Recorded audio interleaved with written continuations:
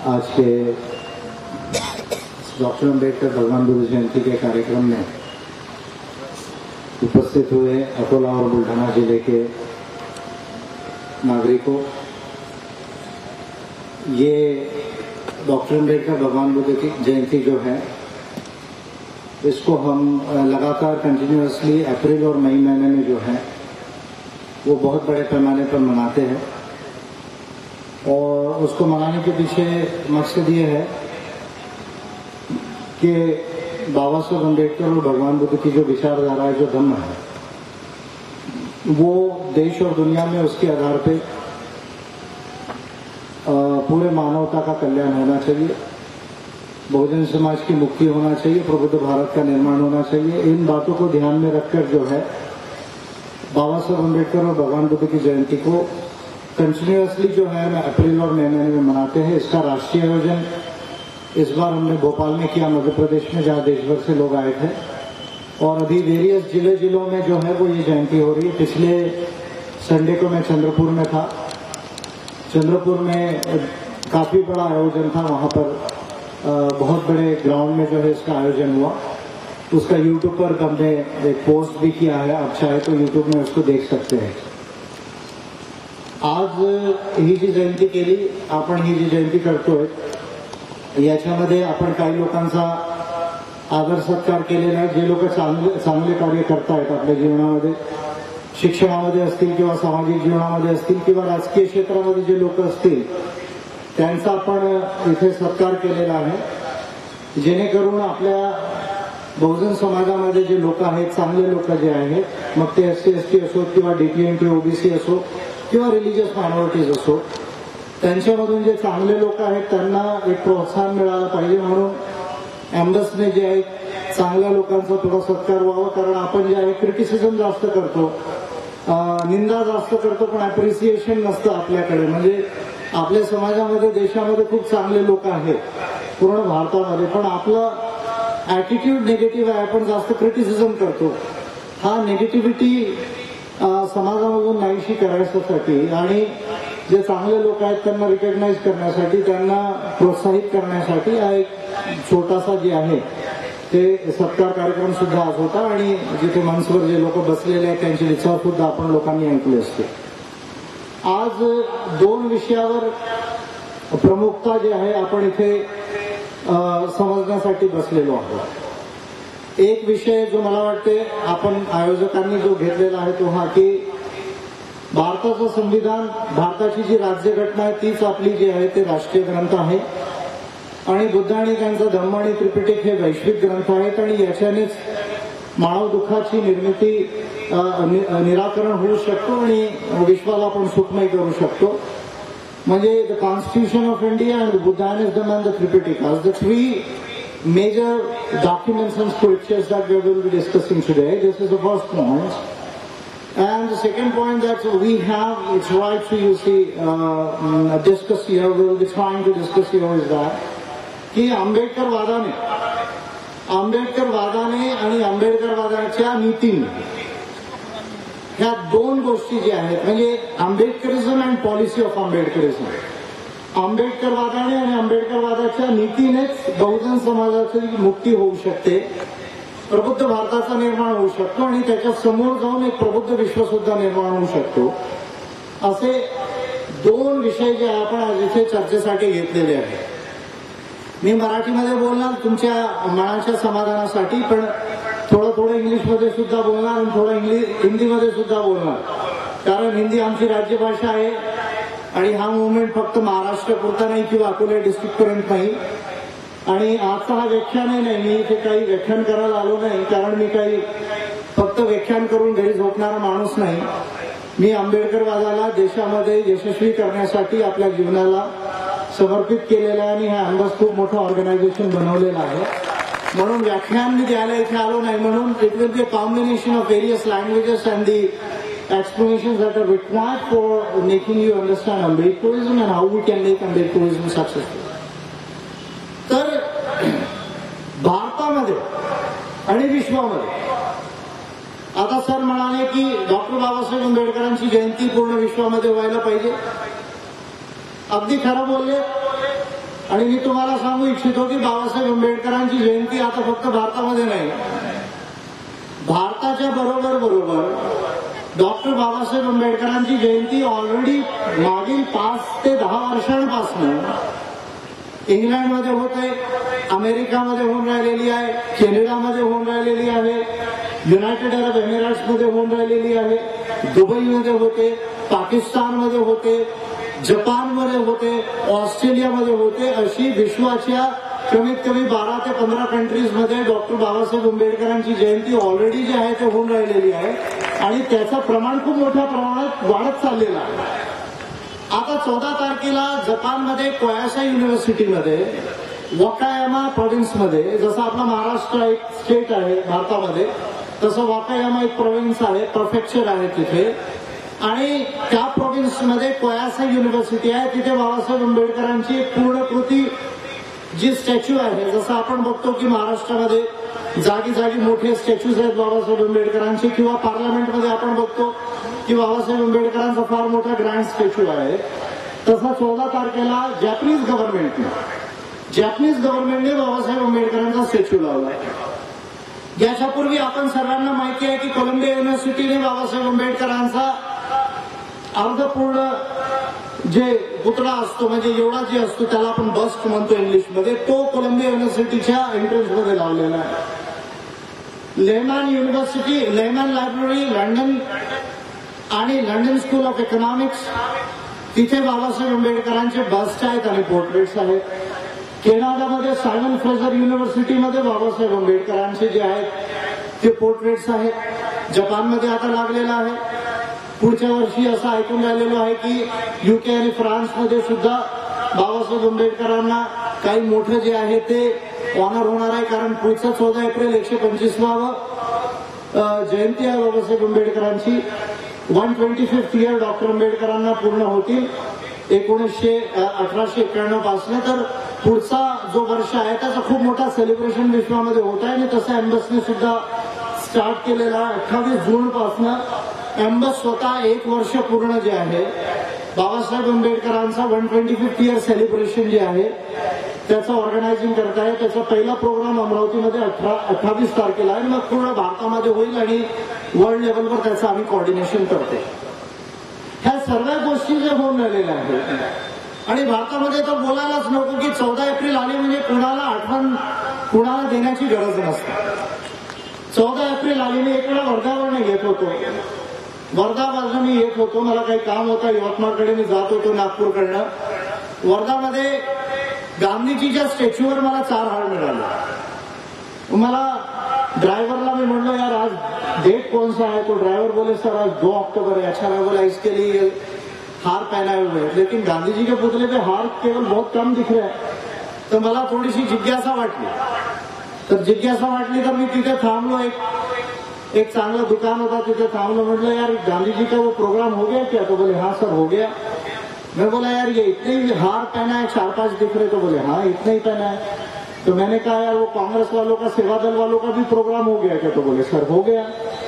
मैं बोला सही बोल रहे हैं आप, झूठ बोल रहे नहीं यार अभी और कुछ प्रोग्राम बाकी होगा. नहीं, बोले सर हो गया, हम तो हर साल देखते हैं. तो गांधी जी के स्टैच्यू पर वर्धा जिले में जहां सेवाग्राम आश्रम बना वहां गिनके 4 या 5 हार थे, मैंने अपनी आंखों से देखा. और भारत के किसी भी कोने में आप चले जाइए, तमिलनाडु केरला से लेके जम्मू कश्मीर तक चले जाइए या बंगाल तक चले जाइए, उत्तर प्रदेश उत्तराखंड में चले जाइए, बाबा साहब अम्बेडकर की जयंती इतने बड़े पैमाने पर होती है कि गांव-गांव में, जिलों-जिलों में, शहरों-शहरों में हार गिनना जो है वो आप मुश्किल हो जाएगा. और इतने बड़े पैमाने पर पूरी दुनिया में किसी की और की जयंती नहीं होती है. अगर ऐसा हो रहा है तो there is something significant that doctor Ambedkar represents, that we are all supposed to understand. And therefore, Dr. Ambedkar is not only a personality, he is a phenomenon. ही गोष्ट आपल्याला समजणं आवश्यक आहे की डॉक्टर बाबासाहेब आंबेडकर फक्त एक व्यक्तिमत्व नाही, ते व्यक्तिमत्व तर होतेच. आणि मी त्यांच्यासाठी बोललेलो आहे की विश्वातील सर्वात मोठे विद्वान, सर्वात मोठे मानवतावादी तत्वज्ञानी, सर्वात मोठे मानवतावादी क्रांतिकारी आणि स्टेट्समॅन जर विश्वामध्ये कोणी झाले असतील तर ते डॉक्टर बाबासाहेब आंबेडकर आहे. त्या गोष्टीकडे आपल्याला लक्ष देणं आवश्यक आहे. आणि मी तुम्हाला याकरता सांगतोय, दोन गोष्टी तुम्हाला एक्सप्लेन करून सांगणार की कार्ल मार्क्स म्हणून एक खूप मोठा विद्वान झाला. त्याने कम्युनिझम किंवा मार्क्सिझमची विचारधारा दिली. ज्या लोकांनी काही थोडंफार अध्ययन केलेलं आहे त्या लोकांना ह्या गोष्टीची जाण आहे. डॉक्टर बाबासाहेब आंबेडकर आणि कार्ल मार्क्सच्या विषयी मी तुम्हाला कंटेम्पररी काही गोष्ट सांगणार. कारण मी असं डिक्लेअर केलेलं आहे की आज Karl Marx is not the philosopher of the world. Karl Marx is not the philosopher of the world. Baba Saheb is the philosopher of the world today. Dr. Ambedkar is the philosopher of the world today. हे मी जे आहे ते declare केलेलं आहे. And why I'm saying this is due to very important fact. And what is that fact? That for 40 years Karl Marx studied in London School of Economics and India Office Library and the various universities there in Germany and UK and France. 40 वर्षापर्यंत Carl मार्क्सने अध्ययन केलं. आणि त्याचे एक मित्र होते Frederick angels. Frederick angels या बरोबर कार्ल मार्क्सने मिळून कम्युनिझमची विचारधारा दिली, मार्क्सिझमची विचारधारा दिली. त्या दोन पुस्तकांमध्ये बेसिकली ती रेकॉर्डेड आहे. त्याला आपण म्हणतो कम्युनिस्ट मॅनिफेस्टो आणि दास कॅपिटल. त्याच्यामध्ये मार्क्सने बाई आर्थिक शोषण होऊन राहिलेल्या विश्वामध्ये आणि श्रमिकांना क्रांती करावी लागेल आणि ती क्रांती बंदुकने होणार वगैरे वगैरे असा एक विचार दिलेला. 40 वर्ष मार्क्सने अध्ययन केलं. पण 40 वर्ष अध्ययन केल्यानंतर सुद्धा त्याला फ्रेडरिक एंजेल्सची आवश्यकता लागली फक्त विचार देण्यासाठी. आणि मार्क्सिझमची विचारधारा लिमिटेड लेवलवर सक्सेस करण्यासाठी मार्क्स स्वतः आपल्या विचारांना यशस्वी करू शकले नाही. तर मार्क्सला आपल्या विचारधारेला यशस्वी करण्यासाठी रशियामध्ये लेनिनची आवश्यकता भासली आणि नंतर जाऊन चायनामध्ये माओची आवश्यकता भासली. म्हणजे मार्क्सने विचार दिला पण तो पण स्वतःच्या बुद्धिमत्तेने दिला नाही. त्याच्यासाठी त्याला फ्रेडरिक एंजेल्सची आवश्यकता लागली. त्याच्या विचाराला यशस्वी करण्यासाठी लेनिन आणि माओची आवश्यकता भासली. पण तुम्ही बघा 1916 पासून डॉक्टर बाबासाहेब आंबेडकरांनी जेव्हा कोलंबिया विश्वविद्यालयामध्ये बाबासाहेब आंबेडकरांनी रिसर्च स्टार्ट केलं आणि बाबासाहेब आंबेडकरांनी तिथून जे आहे ते पीएचडी मिळवली. 1916 पासून जेव्हा कास्ट इन इंडियाचा पहिला डॉक्युमेंट बाबासाहेब आंबेडकरांनी गोल्ड वायझनरच्या सेमिनारमध्ये रीड केलं तेव्हापासून 1956 पर्यंत बुद्ध आणि धम्मा लिहिण्यापर्यंत 40 वर्ष बाबासाहेब आंबेडकरांनी सुद्धा अध्ययन केलं. So there is common between Karl Marx and doctor Ambedkar that both studies for 40 years.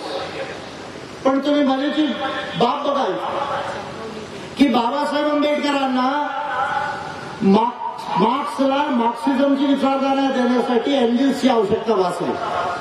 पण बाबासाहेब आंबेडकरांना आंबेडकरवादाची विचारधारा देण्यासाठी कोणत्या फ्रेडरिक एंजेल्सची आवश्यकता भासली नाही. That is the first point that we must all remember.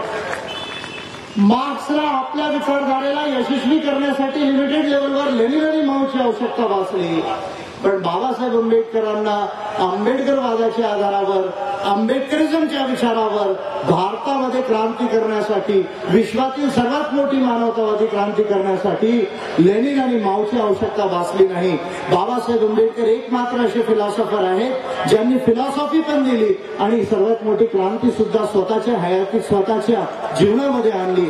असा एक्झाम्पल तुम्हाला पॅरलली पूर्ण विश्वामध्ये मिळणार नाही.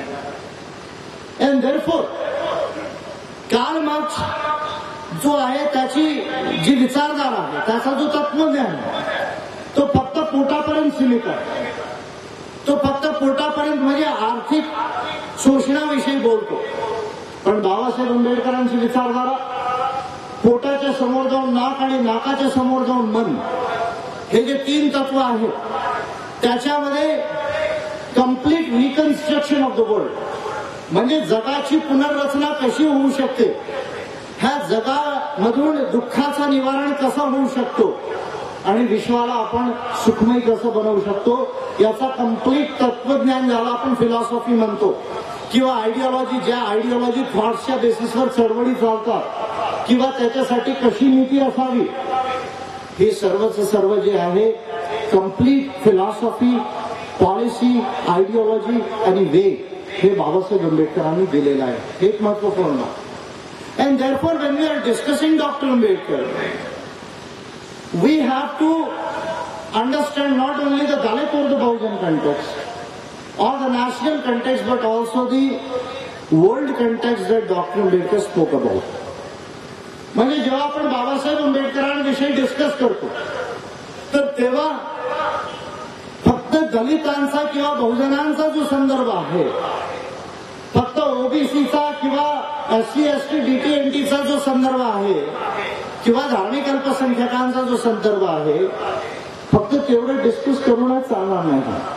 बाबासाहेब आंबेडकरांचा जो राष्ट्रीय संदर्भ आहे आणि जो वैश्विक संदर्भ आहे, त्यांच्या विचारांचा आणि कार्याचा, त्याला सुद्धा आपल्याला डिस्कस करणं आवश्यक आहे. हे एक महत्वपूर्ण बाब आहे ज्याच्याकडे आपल्या चळवळीने, आपल्या लिडर्सने लक्ष देणं गरजेचं आहे. मी काय महत्वपूर्ण बाबी तुम्हाला सांगतो, आणि ती महत्वपूर्ण बाब एक, बाबासाहेब आंबेडकर हे पूर्वाश्रमीचे, अस्पृश्यांचे किंवा दलितांचे मसैया आहेत, याच्यामध्ये काहीच डाऊट नाही. He is the liberator of the Dalits, of the former untouchables. He is also the messiah of the Bahujans. म्हणजे जर बाबासाहेब आंबेडकर नसते तर ह्या देशाचे आजचे एससी एसटी डीएनटी, ओबीसी आणि रिलिजियस मायनॉरिटीज लोकांची मुक्ती झाली नसती. ही एक बाब बिलकुल स्पष्ट आहे. म्हणून गांधीजी हे आमचे महात्मा नाही, हे आमचे फादर नाही, बाबासाहेब आंबेडकर आमचे फादर आहेत. ही एक गोष्ट आम्हाला बिलकुल आवर्जून बोलणं आवश्यक आहे. का? कारण 3600 वर्षांपर्यंत ह्या देशामध्ये वैदिक ब्राह्मणिक व्यवस्थेमध्ये जर बुद्धिस्ट पिरियड जर आपण सोडलं, भगवान बुद्धांचा पिरियड, अशोकांचा पिरियड, कनिष्क, हर्षवर्धन आणि पाल राजांचा पिरियड जर आपण सोडलं, तर 3600 वर्ष जेव्हा आर्यन्स ह्या देशामध्ये आले, आर्यन्सने ह्या देशामध्ये आक्रमण केलं आणि आर्यांच्या 6000 वर्षापूर्वी, जवळपास आजपासून 9000 ते 10000 वर्षापूर्वी ह्या देशामध्ये सर्वात पहिले सभ्यता बनवणारे आपण लोक आहोत, आपले पूर्वज आहेत. जी मोहनजोदडो हरप्पाची जी संस्कृती होती, ज्याला आपण नाग असुर सिंधू सभ्यता म्हणतो, ज्याला इंडस सिव्हिलायझेशन आपण म्हणतो. Indus civilisation was the civilisation not of the Aryans but of the Nagas and the Asuras. Indus civilization was the civilization not of the Aryans but of the Nagas and Asuras. म्हणजे बाबासाहेब आंबेडकर म्हणाले होते की भारताचे सर्व अस्पृश्य हे नागवंशी आहेत आणि नागवंशी ह्या देशामध्ये आर्यनच्या येण्याच्या पूर्वी राहत होते. त्यांची सभ्यता ही महान होती, त्यांचा विचार महान होता आणि आर्यन आणि नागांमध्ये कॉन्फ्लिक्ट झालं, द्वंद्व झाला, संघर्ष झाला. कशासाठी झाला? की आमचा विचार चांगला आहे की तुमचा विचार चांगला आहे, आमची सभ्यता चांगली आहे की तुमची सभ्यता चांगली आहे. अभी ये नरेंद्र मोदी जी कहते हैं हम स्मार्ट सिटी बनाएंगे. मैं नरेंद्र मोदी जी से कहता हूं, अभी भी बोला, मैं उधर में चंद्रपुर में भी बोला, भोपाल में भी बोला. मैं नरेंद्र मोदी जी को कहता हूं, नरेंद्र मोदी जी आप स्मार्ट सिटी बनाना चाहते बनाइए, लेकिन इस इतिहास को मत भूलिए आरएसएस के लोगों और बीजेपी के लोगों की पहली स्मार्ट सिटी मोहनजोदड़ो और हड़प्पा बनाने वाले ये हम लोग हैं, इस देश के नागवंशी लोग हैं. अगर नागवंशी नहीं होते तो दुनिया की पहली स्मार्ट सिटी नहीं बनी होती. इस इतिहास को भूलने की जरूरत नाही. आणि मी बोलून राहिलेलो म्हणून आरएसएसला, भागवतला बोलून राहिलेलो आहे, भागवतांना बोलून राहिलेलो आहे की भैया आप हिंदू राष्ट्र की बात कर रहे हो, तो ये हिंदुस्तान हुआ कब से, ये तो बताओ मुझे. ये भारत भूमि जम्बू द्वीप ये सिंधुस्तान था. सिंधु नदी के उधर जो था, इंडस रिवर के उधर जो था, वो सिंधुस्तान था. और ये हिंदुस्तान हुआ कब से, ये तो आप मुझे बताओ. मैं भागवत जी को ओपनली बोल रहा हूं, लेकिन एक भी आरएसएस का व्यक्ति विजय मानकर से आके डिस्कस करने की हिम्मत नहीं कर रहा है. ये शो करता है कि अम्बेडकराइट लोगों से इस देश के एरियल और एंटीना डरते हैं. एरियल और एंटीना लोग डरते हैं. मैं ओपनली बोल रहा हूं, पूरे देश में बोल रहा हूं. ऐसा नहीं कि महाराष्ट्र में अकोला जिले में हूं और मुझे मालूम है अकोला जिले के लोग मिलिटेंट हैं. कुछ हो गया तो लड़ने के लिए तैयार रहते हैं, मुझे मालूम है। इसलिए मैं केवल अकोला में बोलने की हिम्मत नहीं कर रहा हूं। अभी भोपाल में बोला, चंद्रपुर में बोला, उत्तराखंड में जाके उधम सिंह नगर में किच्चा में बोला 10 मई को कि भाई आप मुझे बताओ तो सही है हिंदुस्तान हुआ कब? ये हिंदुस्तान था, ये हिंदुस्तान कब से हुआ ये तो बताओ। इसलिए मैं भागवत जी से भी कह रहा हूं कि भागवत जी, भारत न कभी हिंदू राष्ट्र था, न कभी हिंदू राष्ट्र बन सकता। भारत न कभी हिंदू राष्ट्र था, न कभी हिंदू राष्ट्र बन सकता है। अगर भारत कुछ था तो ये प्रबुद्ध राष्ट्र था, प्रबुद्ध राष्ट्र है और प्रबुद्ध राष्ट्र ही रहेगा। इस बात को आप अच्छे से समझ लो। और अभी भी समय गया नहीं है, ये मत समझो कि सत्ता आ जाने से लोकसभा में सब हो जाता है। कई सरकारें आती है और सरकारें चली जाती है, लेकिन विचारधारा और संस्कृति का संघर्ष जिसका सही होता है वही जीतता है दुनिया में। ये हिस्ट्री जो है वो पूरी हिस्ट्री वर्ल्ड की कहती है। इसलिए ये 5 साल की सरकार पे आप इतना जो है वो गुरूर मत करो। सरकार आज है कल जा भी सकती है। तो पहिली बात की 10,000 वर्षापूर्वी नागांचा असुरांच्या सभ्यतेवर आर्यांनी आक्रमण केलं। आर्यांनी आक्रमण केलं आणि जी आमची सभ्यता होती that was the most modern civilisation of the world. म्हणजे मेसोपोटेमिया सिव्हिलायझेशन होता इराक आणि सिरियामध्ये। आता जिथे ISSचा झगडा चालू आहे त्याच्या समोर इजिप्तचं सिव्हिलायझेशन होतं। त्याच्यापूर्वी मेक्सिको आणि सेंट्रल अमेरिकाचा जो पोर्शन आहे तिथे आस्टेक आणि इन्का सिव्हिलायझेशन होतं। किंवा त्याच्यापूर्वी केटल हवाब जरिको मध्ये केटल हवाबचं जे आहे ते सिव्हिलायझेशन होतं, म्हणजे इस्रायल आणि पॅलेस्टाईन मध्ये सिव्हिलायझेशन होतं। पण आपण काय बघतो की विश्वातील जेवढे सिव्हिलायझेशन आहेत, सभ्यता आहे, त्याच्यामध्ये पुष्कळ काही चांगल्या गोष्टी असतील, पण विश्वातील सभ्यतेमध्ये पहिली city Mehrgarh, that is called the pre urban phase of Indus civilisation. Mehrgarh, Dholavira, Chanhudaro, Lothal ह्या सारख्या ज्या सिटीज होता मोहनजोदारो हडप्पाला सोडून, पहिली सिटी बनवणारे आम्ही लोक आहोत। पहिला इरिगेशन सिस्टम म्हणजे सिंचन व्यवस्था बनवणारे आम्ही लोक आहोत। पहिला व्यापारची पद्धत बनवणारे आम्ही लोक आहोत। पहिला मेजरमेंट कसं किती किलो आहे काय हे मेजरमेंट करणारा आम्ही लोक आहोत। धर्म हा प्रकृतीच्या आधारावर असतो, कोणी ईश्वर नाही, आत्मा नाही ही संकल्पना देणारे, आणि धर्मामध्ये आणि राज्यामध्ये फरक असायला पाहिजे means the concept of secularism, ज्याला आपण धर्मनिरपेक्षतेची संकल्पना म्हणतो, ती सुद्धा आपल्याला इंडस व्हॅलीमध्ये मिळते। आणि याच्या बरोबर स्त्रींना समानता, स्त्रींना रिस्पेक्ट आणि एका प्रकारची मानवतावादी सभ्यता आपल्याला इंडस व्हॅली सिव्हिलायझेशन मध्ये भेटते। तर त्याच्यानंतर जेव्हा आर्यन्सनी अटॅक केलं आणि त्याचा सर्वात मोठा प्रूफ ऋग्वेदमध्ये भेटणार। ऋग्वेद जर कोणी वाचलं असेल, चांगल्याने जर कोणी वाचलं असेल, नसेल वाचलं तर जाऊन वाचावं। आणि ऋग्वेदचे 2 मोठे ट्रान्सलेशन आता आलेले आहेत। एक हार्वर्ड युनिव्हर्सिटीमधून निघालेला आहे, मागच्या वर्षी पब्लिश झालेला आहे, जेमिसन अँड ब्रेंटॉनचा, आणि दुसरा प्रसन्ना गौतमचं जे आहे भारतीय विद्या भवनने पब्लिश केलेला आहे 4 व्हॉल्युम्स मध्ये। गौतमचा आहे 3 व्हॉल्युम्स मध्ये, ब्रेंटॉन आणि जेमिसनचा आहे। माझ्या लायब्ररीमध्ये आहे।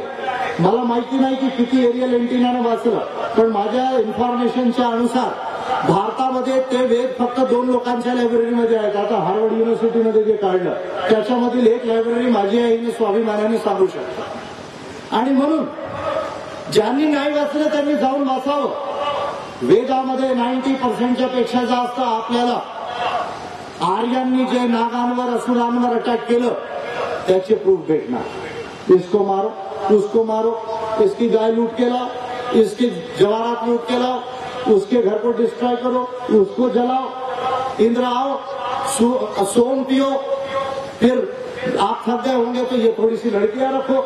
इस तरह की बातें आपको वेदों में मिलेगी। इसलिए वेदों में क्या है, 4 चीजें हैं। ये मैं वेद पढ़ने के बाद बोल रहा हूं। लोग बोलते हैं वेदों पे क्वेश्चन नहीं करना चाहिए, लेकिन बाबा साहब ने तो हमको क्वेश्चन करने के लिए नहीं सिखाया। एनालिसिस ऑफ कास्ट में बोला कि डिस्कार्ड द शास्त्रार्थ, इनको डायनामाइट से उड़ाओ, ये बाबा साहब अम्बेडकर ने एनालिसिस ऑफ कास्ट में बोला। इसलिए मैं डायनामाइट लगा रहा हूं। जिन्होंने नहीं पढ़ा तो उनके लिए मैं कह रहा हूं 4 ही चीजें मिलेगी वेदों में। क्या मिलेगी? War, wealth, wine, women and varna. 5 things, 4W and 1V। परत बोलतो वॉर, लड़ाई, वेल्थ, संपत्ति, संपत्ति लूटो। ये अमीर कहां से हो गए? ऐसे अमीर हो गए क्या? चोर है ये लोग। ये जो इतने संपत्ति जमाए ना, ये चोर लोग हैं। ये सब आक्रमण करके जो है जो इन्होंने संपत्ति को जमाया है, और इनकी संपत्ति ज्यादा फॉरेन में नहीं, इंडिया में ही है 90%। अभी उस पर मैं हो सकता है अम्बेडकर अर्थशास्त्र पे बोलूंगा तो थोड़ा बोलूंगा, लेकिन आज समय थोड़ा कम है, इसलिए मैं जितना जरूरी है उतना बोलता हूं आप लोगों को। तो वेल्थ, वाइन यानी सोम पियो, महिलाओं का थोड़ा सा व्यभिचार की बातें है उसमें माइनर, और वर्ण 10वें मंडल में वर्ण। वेद में आपको 5 चीजें मिलेगी, उसके अलावा कुछ चीजें नहीं मिलेगी। तो 3600 साल तक इस देश में बुद्धिस्ट पीरियड को छोड़ दिया जाए। जर बुद्धिस्ट पिरियडला सोडलं तर 3600 वर्षांपर्यंत भारतामध्ये माणूस हा युनिट नव्हता, वर्ण आणि जाती युनिट होता। आणि म्हणून बाबासाहेब आंबेडकरांनी जेव्हा संविधान बनवलं, भारताच्या 10,000 वर्षाच्या सभ्यतेच्या इतिहासामध्ये भारताचा संविधान, भारताची घटना बनणे ही सर्वात मोठी ऐतिहासिक क्रांतिकारी घटना होय। ह्या गोष्टीला आपल्याला विसरता कामा नये। भारताची घटना बनणे हे भारताच्या इतिहासामध्ये सर्वात मोठी क्रांतिकारी घटना आहे। कशी आहे याच्याकडे लक्ष द्या। बाबासाहेब आंबेडकरांनी घटना लिहिली। घटना विश्वातील बेस्ट घटना आहे, बेस्ट घटना आहे। कशाला बेस्ट घटना आहे याच्यामध्ये काही गोष्टी मी तुम्हाला सांगतो। भारताची घटनेमध्ये काही 8-10 असे तत्व आहेत, असे सिद्धांत आहेत आणि असे प्रोव्हिजन्स आहेत जे तुम्हाला दुसऱ्या घटनांमध्ये मिळणार नाही। कोणत्या त्या प्रोव्हिजन्स आहेत? 1. समता, स्वतंत्रता, बंधुता, न्याय। 4 स्वर्णिम सिद्धांत, the 4 golden principles of humanity. Today we are living in a world which is guided by the 4 golden principles of humanity, and they are equality, liberty, fraternity and justice. म्हणजे समता, स्वतंत्रता, बंधुता आणि न्याय 4 स्वर्णिम सिद्धांत तुम्हाला एकत्र फ्रान्सच्या घटनेमध्ये भेटणार नाही, अमेरिकेच्या घटनेमध्ये भेटणार नाही, कॅनडा, आयर्लंड, जर्मनीच्या घटनेमध्ये भेटणार नाही, ऑस्ट्रेलियाच्या घटनेमध्ये भेटणार नाही। 4 सिद्धांत तुम्हाला एकाच घटनेमध्ये भेटतील, ती फक्त भारताची घटना। Very important. आणि याच्यामध्ये जो जस्टिसचा प्रिन्सिपल आहे, जस्टिस म्हणजे न्याय। न्याय म्हणजे फक्त तो नाही जो सुप्रीम कोर्ट किंवा हायकोर्ट करतो किंवा आमचे डिस्ट्रिक्ट कोर्ट करतात, तो न्याय नाही। फक्त न्याय म्हणजे अशी सामाजिक, आर्थिक आणि राजकीय, धार्मिक आणि सांस्कृतिक व्यवस्थेची निर्मिती करणे, ज्या व्यवस्थेमध्ये अन्याय होत नाही, डिस्क्रिमिनेशन होत नाही, डेप्रिव्हेशन होत नाही, एक्सक्लुजन होत नाही, ती न्यायाची संकल्पना। आणि ज्या लोकांनी न्यायाच्या संकल्पनेवर काही वाचलं असेल, तुम्ही वाचता काय तिकडे मुली आहेत, मुलं आहेत, खूप बुजुर्ग लोक भी है और लेक्चरर तो एसोसिएट प्रोफेसर ज्यादा ही प्रोग्राम में तुम्ही वाचत असणार असं मला वाटतं। बाबासाहेब म्हणाले होते ना, काय म्हणाले होते बाबासाहेब आंबेडकर? शिक्षणाविषयी काय बोलले होते? काय कोणतं दूध आहे म्हणाले होते? कोणतं शिक्षण काय आहे म्हणाले होते बाबासाहेब? शिक्षण काय आहे? शिक्षण वाघिणीचं दूध आहे, जो पिएल तो काय करेल?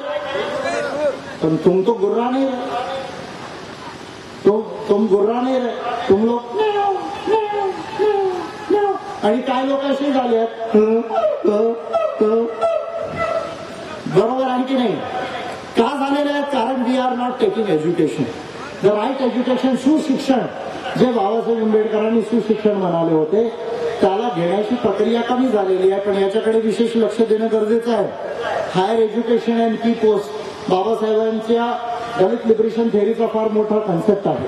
तर ज्यांनी जस्टिसची थेअरी वाचली असेल, जॉन रॉल्सच्या फिलॉसॉफरचं नाव ऐकलं असेल, जॉन रॉल्स किंवा आता थॉमस नॅगल आहे, लॉरा व्हॅलेंटिनी सारखे जे various political and moral philosophers आहेत वर्ल्डचे, जे न्याय विश्वामध्ये कसं राहायला पाहिजे याच्यावर रिसर्च करतायत। मला चांगलं नाही आठवतं, बाबासाहेब आंबेडकरांनी जॉन रॉल्सच्या 30 वर्षापूर्वी बाबासाहेब आंबेडकर पहिले पॉलिटिकल आणि मॉरल फिलॉसॉफर आहेत विश्वाचे। सेकंड विश्वयुद्ध चालत होतं आणि सेकंड विश्वयुद्धामध्ये गांधीजीने क्विट इंडिया मुवमेंट केलं होतं की अंग्रेजों भारत छोड़ो।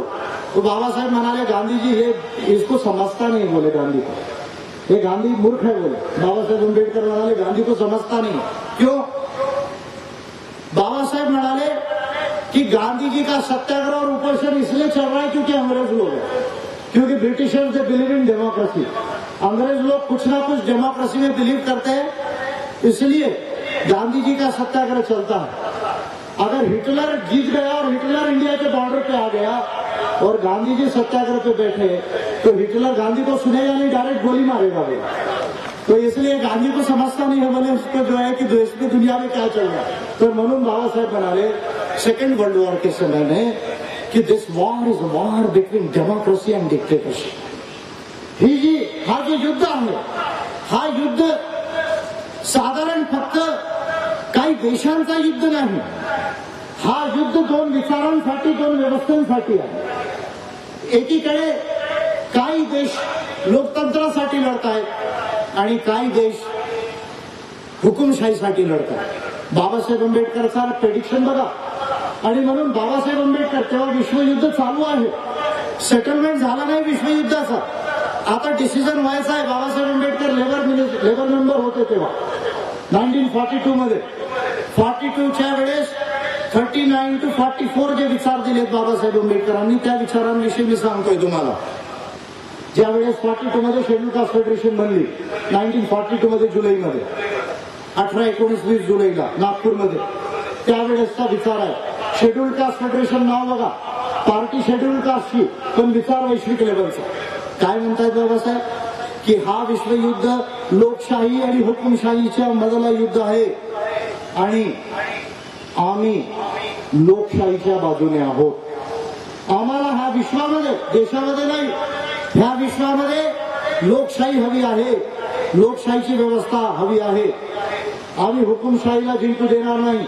आणि म्हणून गांधी आणि काँग्रेस जर हिटलरशी लढण्यासाठी तयार नाही तर काही हरकत नाही, आम्ही देशाची अस्पृश्य जर्मनीच्या बॉर्डरवर जाणार आणि हिटलरशी लढाई लढणार, कारण आम्हाला हुकुमशाहीला हरवायचं आहे। हे बाबासाहेब आंबेडकरांचं प्रेडिक्शन। तुमच्या ताळ्या कमी वाचल्या का? तुम्ही कोरेगावच्या लढाईमध्ये ताळ्या वाजवल्या, पण हिटलरशी लढण्याच्या जेव्हा वेळ आली तेव्हा ताळी तुमची कमी झाली। Y? Because it is sed that the view is still out of context.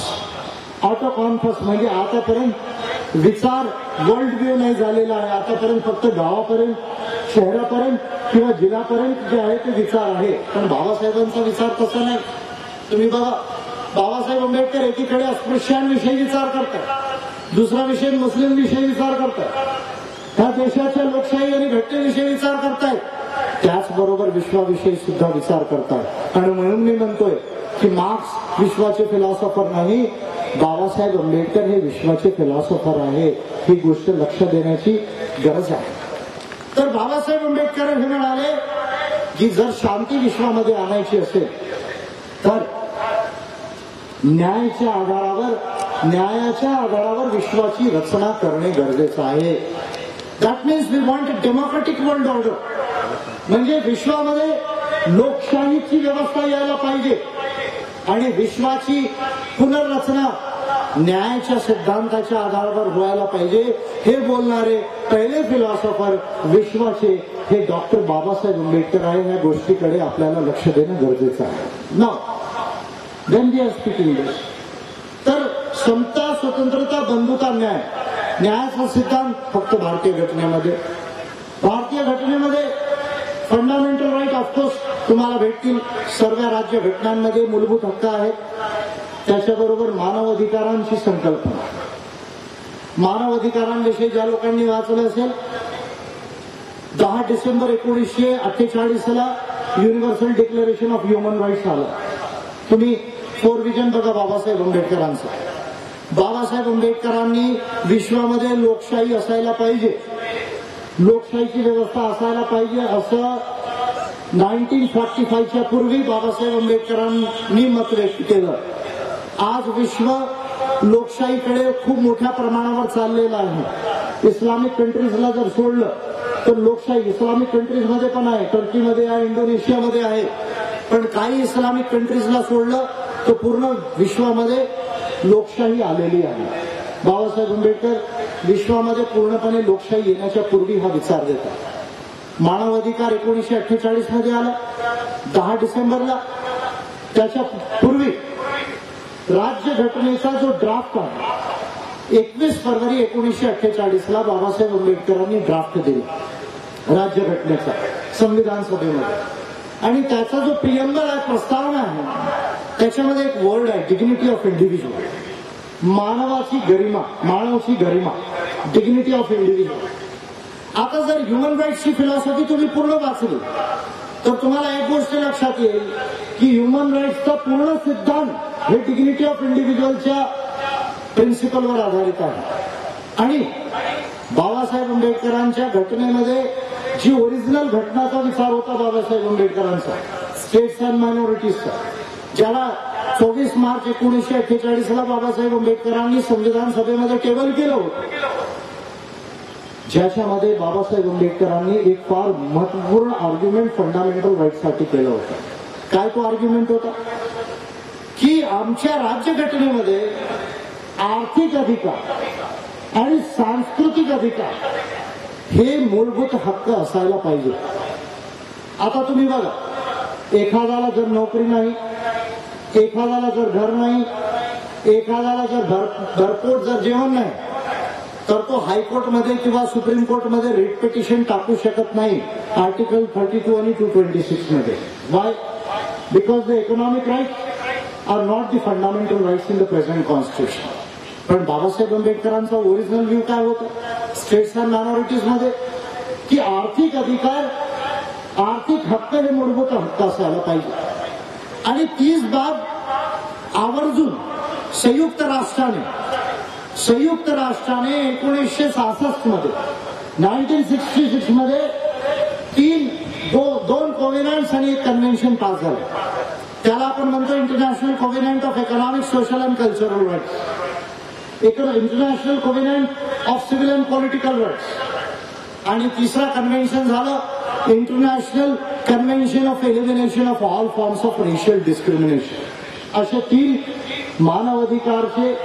मानवाधिकारांचे lodge संयुक्त राष्ट्रामध्ये पास झाले. आता तुम्ही बघा, बाबासाहेब आंबेडकरांनी जे 1947 मध्ये संविधान सभेला टेबल केलं होतं ते आर्थिक अधिकार आणि सामाजिक अधिकार संयुक्त राष्ट्राने मान्य केले. पण नेहरू आणि कृपलानीमुळे ते आपल्या राज्यघटनेमध्ये येऊ शकले नाही. म्हणून मानव अधिकारांची संकल्पना भारतीय राज्यघटनेमध्ये सैद्धांतिक रूपामध्ये आहे, पण त्याचे प्रोव्हिजन्स येऊ शकले नाही.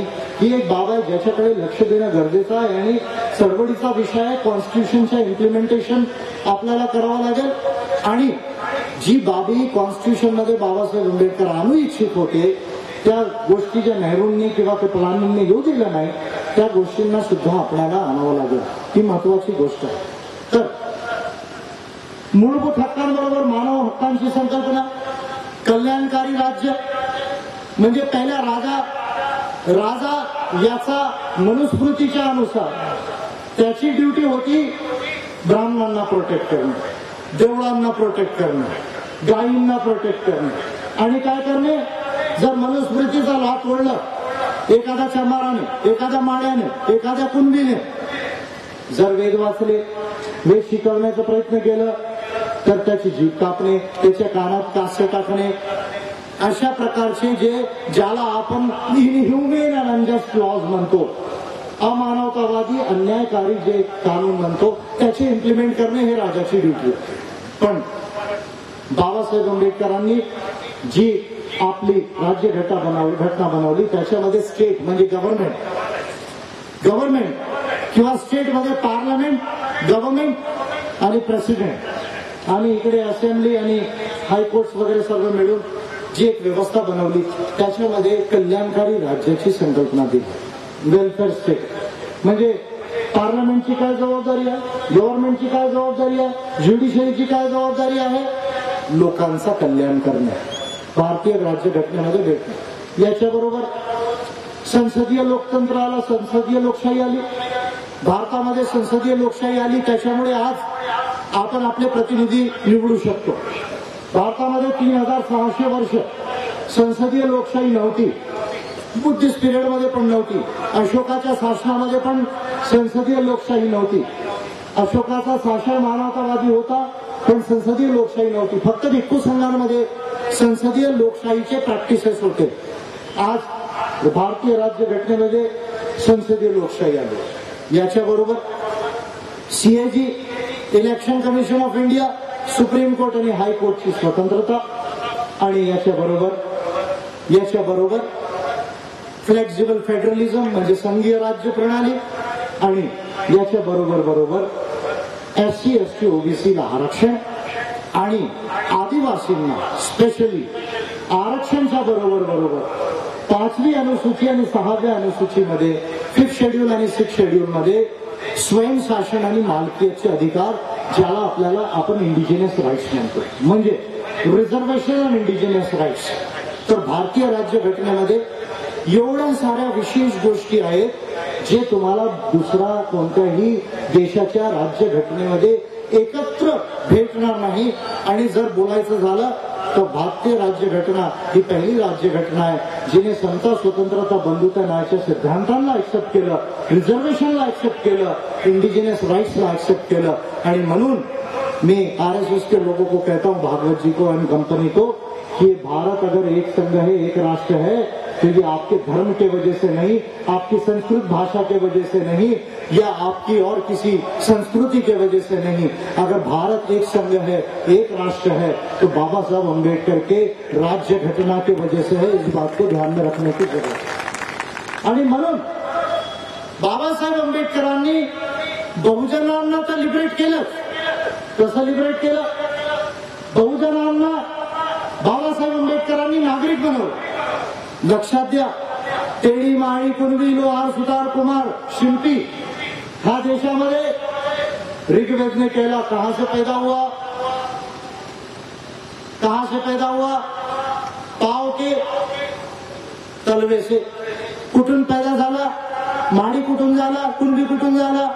लोहार, सुतार, कुमार, शिल्पी कुठून झाला? ऋग्वेद म्हणतो 10वें मंडल में 90 सूक्त 12वां मंत्र में ऋग्वेद उठा के पढ़ लो. मैं ऋग्वेद की बात बोल रहा हूं, मैं अपनी बात नहीं बोल रहा हूं. वो कहता है तेली, माली, कुणबी, लोहार, सुतार, कुमार म्हणजे आजचा ओबीसी. तो कुठून पैदा झाला? ब्रह्माच्या तळव्यातून. आणि ब्राह्मण कुठून झाला? ब्रह्माच्या तोंडातून. आता ब्रह्माच्या तोंडाला एनाटॉमीमध्ये काय म्हणावं हे मला कळत नाही, पण मी बोलणार नाही. ज्यांना कळतं ते लोक करायचं. मी काय बोलू म्हणजे न बोललेलं बरं, कारण डेकोरम थोडा ठेवणं बरं गरजेचं. पण बाबासाहेब आंबेडकरांनी काय केलं? 21 फरवरी 1948च्या पूर्वी ओबीसी नव्हता. बाबासाहेबांनी सर्वांना भारतीय नागरिक बनवलं.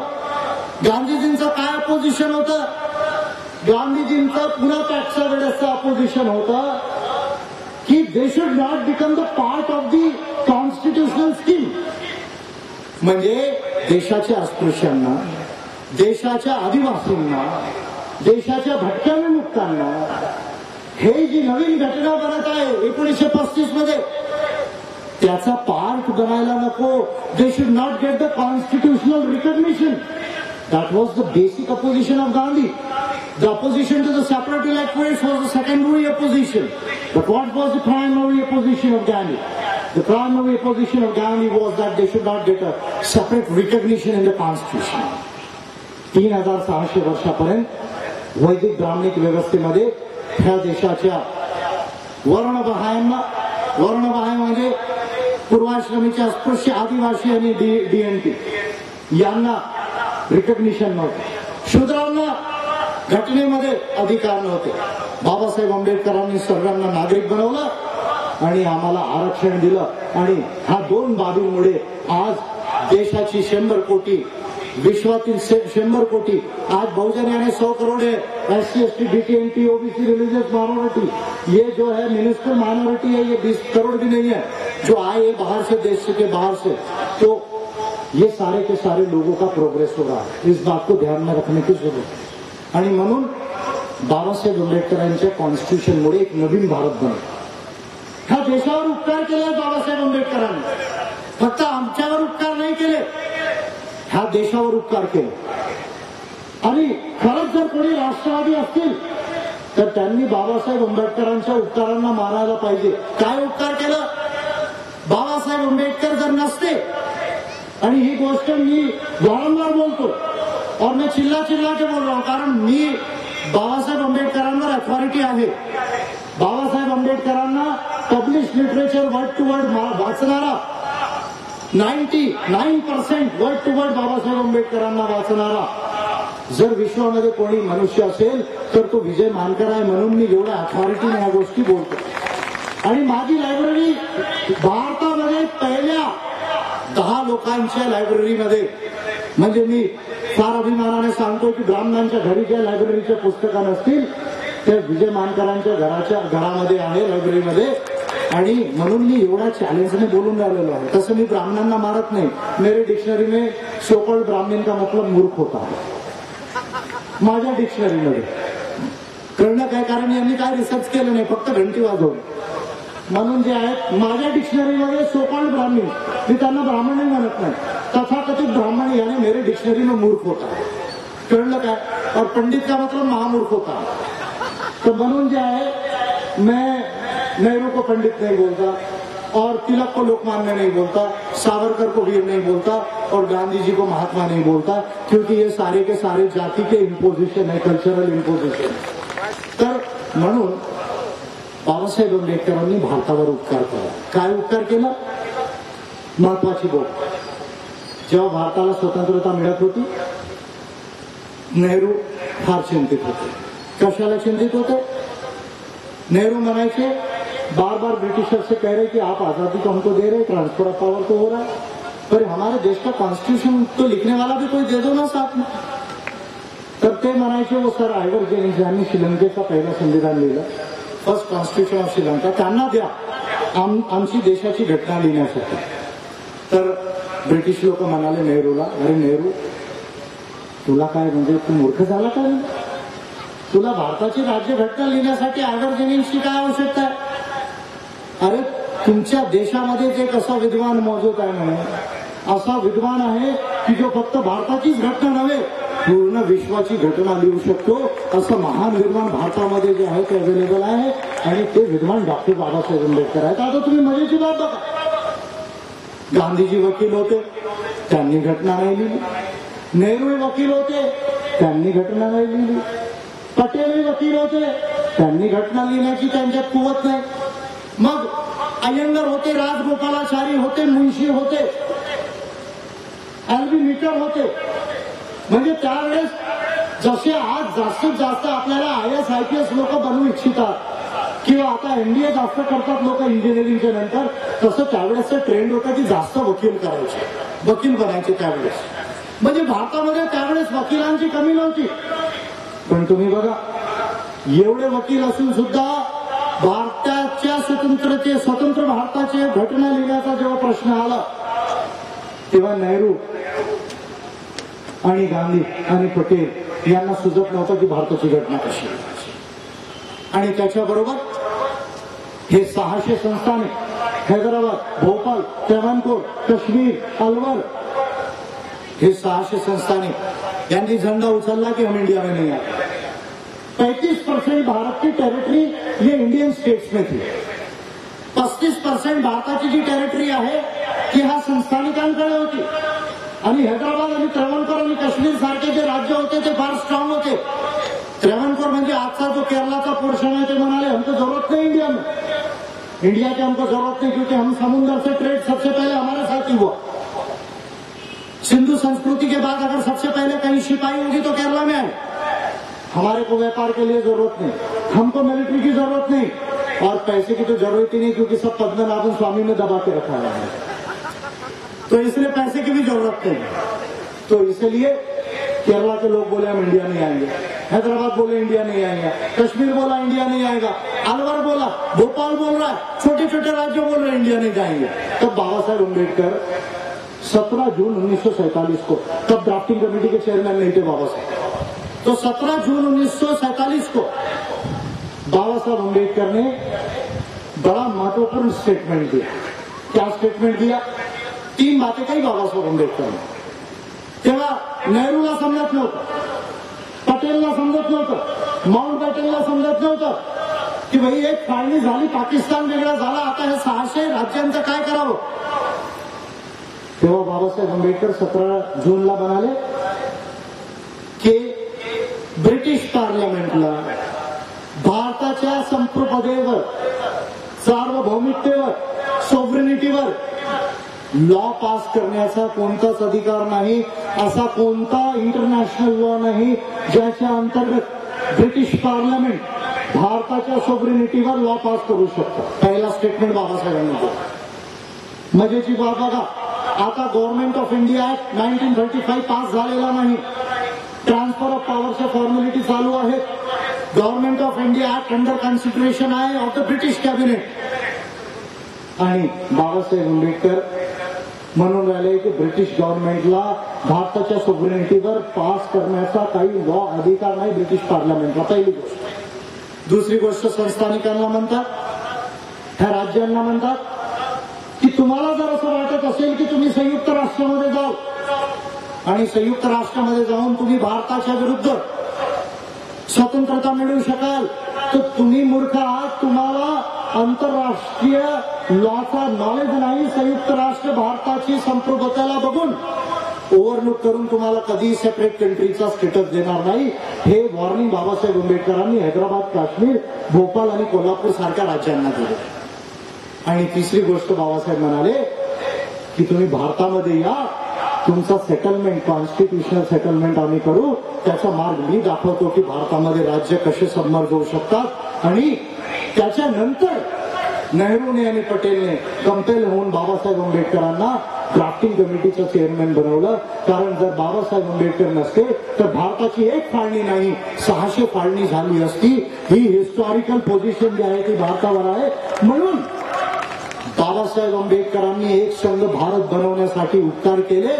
जर ह्या देशाचे लोक हे विसरत असतील तर त्यांच्यासारखे महान नालायक कोणी देश नाही भारताचे।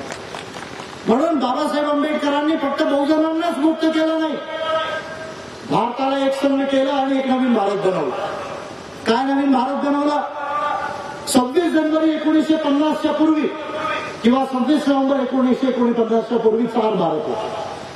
कोणते 4 भारत होते? पहिला भारत नाग-असुर इंडिया, पहिला इंडिया जिथून भारताची सुरुवात होते तो नाग-असुर इंडिया है, वैदिक इंडिया नहीं है। ये तुम्हारे वेद ले जाके उधर रखो, हमको मत पढ़ाओ वेदों को। तुम्हारे से पहले धर्म और संस्कृति बताने वाले हम लोग हैं, नागवंशी लोग हैं। ये तुम्हारे वेद हमारे कोई काम के नहीं है। पहला इंडिया जहां से इंडिया की शुरुआत होती है वो है नाग-असुर इंडिया। दूसरा इंडिया वैदिक इंडिया, तीसरा इंडिया बुद्धिस्ट इंडिया, चौथा इंडिया हिंदू इंडिया। उस हिंदू इंडिया में थोड़ा मुस्लिम इंडिया, थोड़ा क्रिश्चियन इंडिया भी आया। 4 भारत होते, नाग-असुर भारत, वैदिक भारत, बुद्धिस्ट भारत, हिंदू भारत। पण 26 जानेवारी 1950ला एक नवीन भारत जन्माला आला। कोणता भारत जन्माला आला? तो भारत जन्माला आलेला आहे संवैधानिक आणि लोकतांत्रिक Bharat, the constitutional and democratic. आणि म्हणून गांधी जी किस राष्ट्र के पिता है ये मैं नहीं जानता। लोग म्हणतात की गांधी जी हमारे राष्ट्रपिता है। बाबासाहेब म्हणाले होते 25 नोव्हेंबर 1949ला की कास्ट आर इंटरनॅशनल। आणि आपण जर विचार करत असू की भारत हा जातींच्या बरोबर एक राष्ट्र झाला तर नाही, हे आपली गैरसमज आहे। आपण एक देश आहोत, आता राष्ट्र झालो नाही। राष्ट्र तेव्हा बनणार जेव्हा बंधुभाव येणार, जेव्हा जातीचं निर्मूलन होणार, जेव्हा बंधुभाव होणार, तेव्हा राष्ट्र बनणार। ये संस्कृत भाषा के नाम पर, हिंदुत्व के आधार पर राष्ट्र नहीं बनने वाला। भागवत जी, आपकी राष्ट्र की थ्योरी गलत है, सावरकर की और गोलवलकर की। आपको हिस्ट्री, ज्योग्राफी और कल्चर को फिर से पढ़ने की जरूरत है आरएसएस के लोगों को। और आरएसएस के लोग आजकल बाबा साहब को भी लिखा है अपने कलेक्टर एडिशन में, ऑर्गेनाइजर और पांचजन्य में। तो मैंने कल रात को आपकी 100 डेट में 10 गलतियां पकड़ा है बाबा साहब को लेकर। मैं आपका भंडाफोड़ करने वाला हूँ ऑर्गेनाइजर और पंचजन्य का आज बहुजन विजन के अंदर में। इसलिए आप बहुत सारा कुछ बोल रहे हैं बाबा साहब पे बोलो, लेकिन पहले अपनी ज्योग्राफी कल्चर को भी ठीक करने की जरूरत है आपको। बाबासाहेब म्हणाले की भारत एक कंट्री आहे, तर आपण राष्ट्र बनू शकतो. कसं बनू शकतो? धर्माच्या आधारावर नाही, भाषेच्या आधारावर नाही, संस्कृतीच्या आधारावर नाही, बंधुभावाच्या आधारावर आपण राष्ट्र बनू शकतो. महत्वाची गोष्ट, मैत्रीच्या आधारावर आपण राष्ट्र बनू शकतो, करुणेच्या आधारावर आपण राष्ट्र बनू शकतो. त्याच्यासाठी जातीचं निर्मूलन करावं लागेल. तर बाबासाहेब म्हणाले की we are not a nation. म्हणून मी कधी कधी मानतो कि गांधी जी किस राष्ट्र के पिता है ये तो मैं नहीं जानता, गांधी जी किस राष्ट्र के पिता है ये तो मैं नहीं जानता, लेकिन संवैधानिक और लोकतांत्रिक भारत के राष्ट्रपिता ये डॉक्टर बाबा साहेब अम्बेडकर है. इस बात को हमें समझने की जरूरत है और पूरे देश और दुनिया को इस बात को समझना है. इसलिए बाबा साहब अम्बेडकर ने केवल बहुजन लिबरेशन नहीं किया, भारत को भी लिबरेट किया. आज अगर 21वीं शताब्दी में हम स्मार्ट सिटी की बात कर रहे या सुपर पावर बनने की बात कर रहे, तो मोदी जी ध्यान रखो, अगर भारत ग्रेट हो सकता है तो हिंदुत्व के आधार पर नहीं, संवैधानिक वाद के आधार पर ही भारत ग्रेट होगा. इस बात को हमको समझने की जरूरत है. तर एक बहुजनांना लिबरेट केलं, दुसरं भारताला लिबरेट केलं आणि बाबासाहेब आंबेडकरांची एक वैश्विक फिलॉसॉफी. आणि म्हणून जे लोक म्हणतात, मागच्या वेळेस मॅडम सुषमा स्वराज म्हणाले, आमच्या फॉरेन मिनिस्टर आहेत की भाई गीता को राष्ट्रीय ग्रंथ घोषित कर. मी 15 ते 20 पानांचा इंग्लिश मध्ये, मला असं वाटलं की भाई मैडम को संस्कृत आती है तो संस्कृत के साथ इंग्लिश भी आती होगी, तो मी इंग्लिश मध्ये 15 ते 20 पानाचा आर्टिकल लिहिला गीता बहुजन विजन मध्ये, पब्लिश्ड आहे. सुषमा स्वराजाला डायरेक्टली पोस्ट केलं, ओपन लेटर आहे. सुषमा स्वराज मैडमला मैं म्हणालो कि मैडम आप गीता को राष्ट्रीय ग्रंथ घोषित करने की बात कर रही है. मैंने कहा कि Gita is a violation of human rights and constitution of India.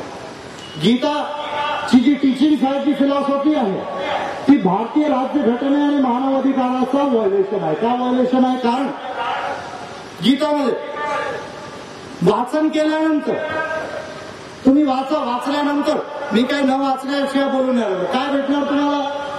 3 गोष्टी. काय भेटणार? वर्ण अँड डिग्रेडेशन ऑफ वुमेन. पर काय भेटणार? मारो काटो, चिंता मत करो, गिनो मत, आपका कुछ नहीं हो रहा, आप नहीं मर रहे, आत्मा हजार अमर है, मारो, किसी को भी मारो, किसी को भी काटो, गिनो मत, क्योंकि आत्मा नहीं मरती, आत्मा फिर से जन्म ले लेंगी. ही फिलॉसॉफी आहे गीताची. मारो. नथुराम गोडसेंनी गांधींना मारलं, गीताला वाचून मारलं. किती लोकांना माहिती आहे? ज्या गांधींनी गीताला प्रोटेक्ट केलं त्याच गीतामुळे नथुराम गोडसेने गांधींचा खून केला. आता तुम्ही बघा, आणि हे मी जे सांगतोय ते सर्व रेकॉर्डेड आहेत बायोग्राफीज मध्ये. मी काय आपल्या मनातून नाही सांगून राहिलेलं तुम्हाला. तर मारो काटो ही फिलॉसॉफी गीतात. दूसरा वर्ण, कृष्ण स्वतः म्हणतो कि भाई मैंने बनाया वर्ण को, और मेरा कितना प्यारा भक्त भी होगा, अगर वर्ण को वो फॉलो नहीं करेगा तो मैं उसको मुक्ति नहीं दे सकता. तो मैं अभी उत्तराखंड में गया, मैं उत्तर प्रदेश में गया, तो मैंने यादव लोगों को पकड़ा वहां पर. अभी मैं यादवों के साथ दोस्ती कर रहा हूं, यादवों के साथ दोस्ती कर रहा हूं. तो मैंने यादवों से कहा कि यार ये कृष्ण कैसे, कृष्ण तो काले थे, वो तो गोरा नहीं थे. कृष्ण काला तो गोरा नहीं था, वो तो आर्यन नहीं था, वो तो नागवंशी था. और आप हरदम देखो कृष्ण नाग के साथ मिलेगा, जैसे बुद्ध नाग के साथ मिलेंगे आपको, यानी कृष्ण नागवंशी थे. अगर कृष्ण नागवंशी है तो वो कैसे कह सकते कि भाई वर्ण बनाओ, आप शूद्र है, शूद्र रहो. इसका मतलब कृष्ण के नाम पर किसी ने कुछ जो है वो लिखा है गीता के अंदर में. तो यादव लोग बोले सर आप जो कह रहे बिल्कुल बात सही है, इन्होंने सब गड़बड़ किया है. तो मैंने कहा ठीक है, अब इसका अभी अपन जो है उत्तर प्रदेश के अंदर आपने राजनीतिक बहुत किया, अभी इसके बाद धार्मिक और सामाजिक क्रांति की शुरुआत हम करते हैं. तो अभी एम्बस जो है उत्तर प्रदेश और उत्तराखंड में कल्चरल एंड रिलीजियस रेवोल्यूशन की शुरुआत कर रहा है। उसकी पहली शुरुआत हो गई 10 मई को उत्तराखंड में 1000 के ऊपर लोगों ने बुद्ध धम्म की दीक्षा ली, और आगरा में इस अक्टूबर में जो हजारों और लाखों लोग बुद्ध धम्म की दीक्षा ले रहे, और नवंबर में केरला में आदिवासी और ओबीसी लोग और शेड्यूल्ड कास्ट लोग लेंगे। तो ही महत्वपूर्ण बात। तब लोग कहते कि गीता को राष्ट्रीय ग्रंथ घोषित करो, कैसे करोगे? The constitution of India is the supreme end fundamental law of India. Bharat का संविधान ये सुप्रीम और फंडामेंटल लॉ है, वही हमारा राष्ट्रीय ग्रंथ है। और देश अगर एक है तो वो भारत के संविधान की वजह से, और भारत के संविधान के ऊपर कुछ भी नहीं हो सकता। और आर्टिकल 13 के हिसाब से जो धर्म ग्रंथ मूलभूत अधिकारों को, मानव अधिकारों का वायलेशन करते हैं, वो असंवैधानिक है। इस बात को ध्यान में रखने की जरूरत है। इसलिए भारत का संविधान हमारा राष्ट्रीय ग्रंथ है। और बुद्ध ने धम्म और त्रिपिटक ये वैश्विक ग्रंथ है। बुद्ध ने धम्मावर एकच बोलणं विश्वामध्ये आजच्या तारखेला वैश्विक सिद्धांत, वैश्विक मूल्य आणि वैश्विक व्यवस्था, मानवतेसाठी वैश्विक सिद्धांत, मूल्य आणि व्यवस्था कशी पाहिजे याच्यावर जर सर्वात मोठा कोणता धम्म ग्रंथ असेल विश्वामध्ये तर ते बाबासाहेब आंबेडकरांनी लिहिलेला बुद्ध आणि त्यांचा धम्म आहे. बुद्ध आणि धम्म is the greatest scripture of the world which tells us about the principles, values and the orders of humanity. आणि त्रिपिटक विषय तर बोलायचंच काय. एक लिटरेचरचा सर्वे झाला.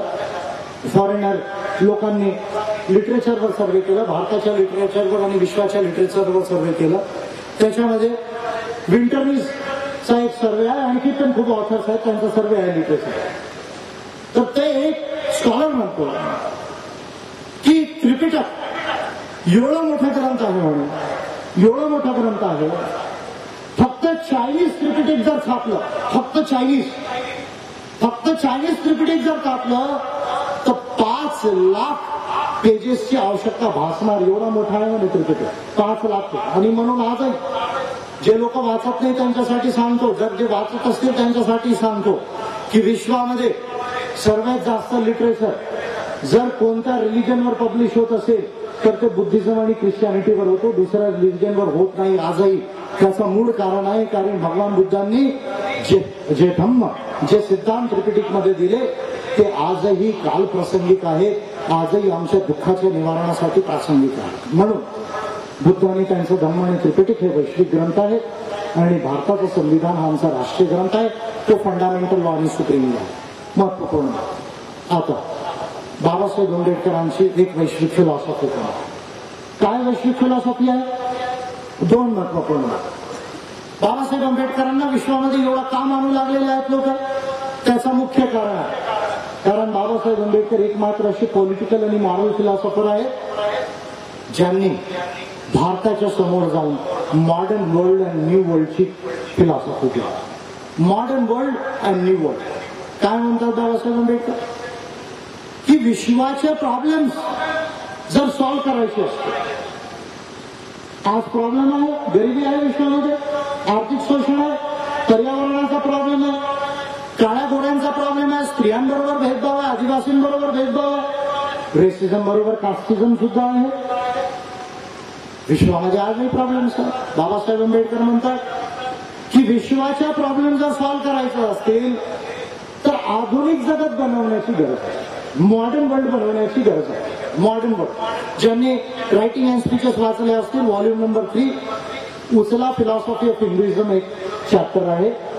Hindu social order, it's essential principles and it's unique features असे 3 चॅप्टर्स आहेत. त्याच्यामध्ये तुम्हाला मॉडर्न वर्ल्डची संकल्पना भेटणार. बाबासाहेब काय म्हणतात? बाबासाहेब की विश्वाचे प्रॉब्लेम जर सॉल्व्ह करायचे असतील तर आधुनिक जगत बनवण्याची गरज आहे, आधुनिक विश्व बनवण्याची गरज आहे. आणि जसं मी बोललो, तो आधुनिक विश्व न्यायाच्या आधारावर बनू शकतो. न्यायाच्या आधारावर ही एक सोल्युशन बाबासाहेबांनी दिली. आणि आधुनिक जगात इथपर्यंत बाबासाहेबांची फिलॉसॉफी सीमित नाही. आधुनिक जगतच्या समोर जाऊन बाबासाहेब आंबेडकर नवीन विश्वाची संकल्पना ठेवतात. न्यू वर्ल्ड काय मूल आहे?